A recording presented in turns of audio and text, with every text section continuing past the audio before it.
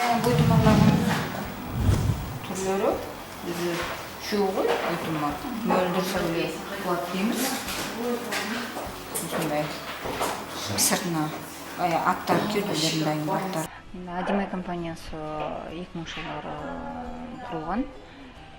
Улуттук накышта чыгаратын сувенир компаниясы, Кадиси компаниясы, Кадиси чыгарамыз.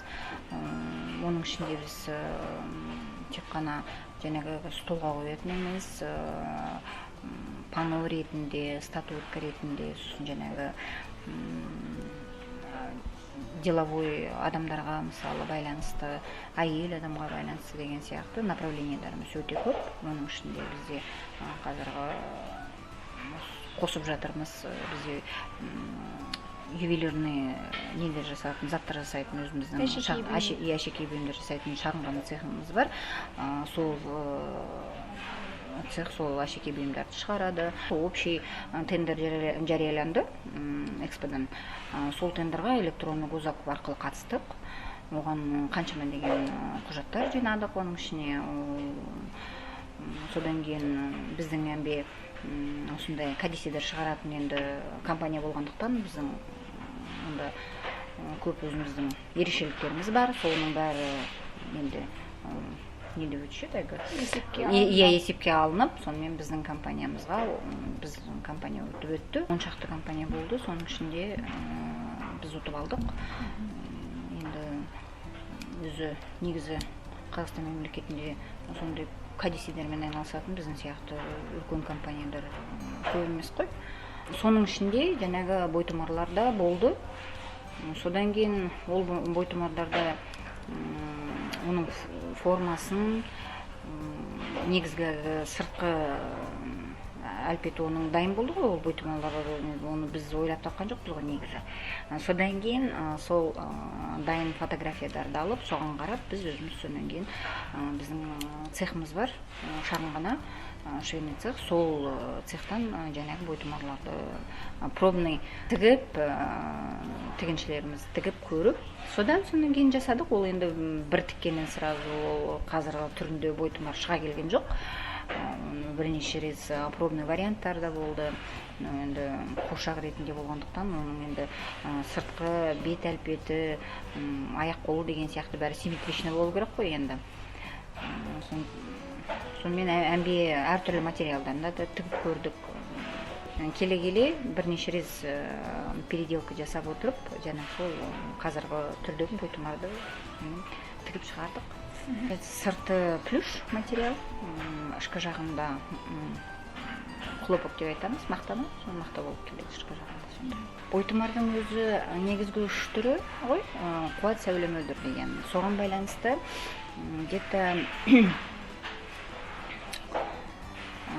туура бойтумардын сол жанагы сырткы бейнеси колдонуп иштелинген бир 10 чакты сувенирлер бар. Онун ичинде жанагы статуэткадыр деп айтамыз, полимерден. Онун ичинде шарнын ичине салынган жанагы бойтумарлар бар.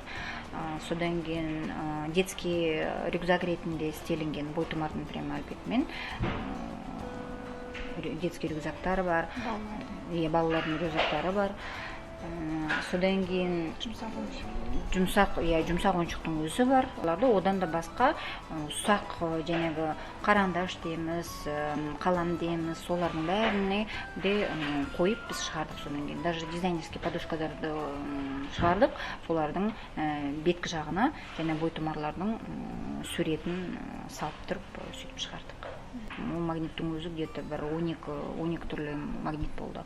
Ал энди каламсап деп айтамыз, каламсаптын өзүнөн где-то бир 10 чакты түрү чыкты. Ол энди материалына байланыштуу, содан кийин жанагы формасына деп айтамыз, ошо түрүнө байланыштуу. Эң биринчи сразу топ өткөзүп, даленбай количествосын мисалы дайындап тастамай, суранышка байланыштуу бизде количествосын көйттүк. Сураныш өтө жакшы болгондуктан жанагы сол бойтумарлардын өздөрүнүн жана жумсак куушак ретинде где-то бир 30 миң штуктай, 30-40 миң штуктай чыгардык. Содан кийин жанагы детский жанагы айттык го, балалардын жанагы рюкзагы дедик, улардан да где-то бир 10-15 миң штуктай чыкты. Сол жанагы бул усак дүнүйөлөрдү санамаганын өзүндө усак дүнүйөлөр олар еще, наверное, где-то бир 10-20 мыңдай бар шығар. Каждый түрүнөн, ар бир түрүнөн сураныс өтө көп болду. Сондықтан шығардық. Қазіргі күнге дейін өтіп жатыр. 500 теңгеден де бар, 800 теңгеден де бар. Мысалы, енді әр категория адамдарға алуға болады. Шетелден қонақтар келген кезде олар не только экспанканы мысалы алғысы келеді ғой, олар енді еще қазаққа тән келетін байланысты бір сондай традиционный бір нәрсе алғысы келеді, сувенирлер алғысы келеді. Сондықтан өзіміз жаңағы сол кигізден жасалған бұйымдарға да экспанның логотипін қойып, жазуын жазып сөйтіп басында біз мысалы 10 мың штукка ғана мысалы шығарсақ, 10 мың штук қана шығарсақ, артынан сонан кейін сұраныс жақсы болып жатқаннан кейін біз тағы да дополнительно өзімізге ертең жетпей қалмасын, ұят болады деп өзіміз тағы да қосып, мысалы тағы да бір 10 мың штук қосып сөйтіп шығарып жатырмыз. Иә, Астанадағы кәдесіз сататын магазиндер, бутиктер кішкентай, сонан кейін жаңағы әуежайда, вокзалда деген сияқты адамдар сувенирмен айналысатын сондай адамдардан көп сұраныс болды. Солар келіп бізден алып сатып жатыр заттарын. Уже басында шығарған сол жаңағы 100 шақты наименование бар деп айттық қой, оның көбі уже бізде қазір өтіп кетті. Мысалы ұсақ түйектерді нететін болсақ, қалған жаңағы магниттар, қарандаш, ручка дегендердің основной количестволары бәрі уже өтіп кетті.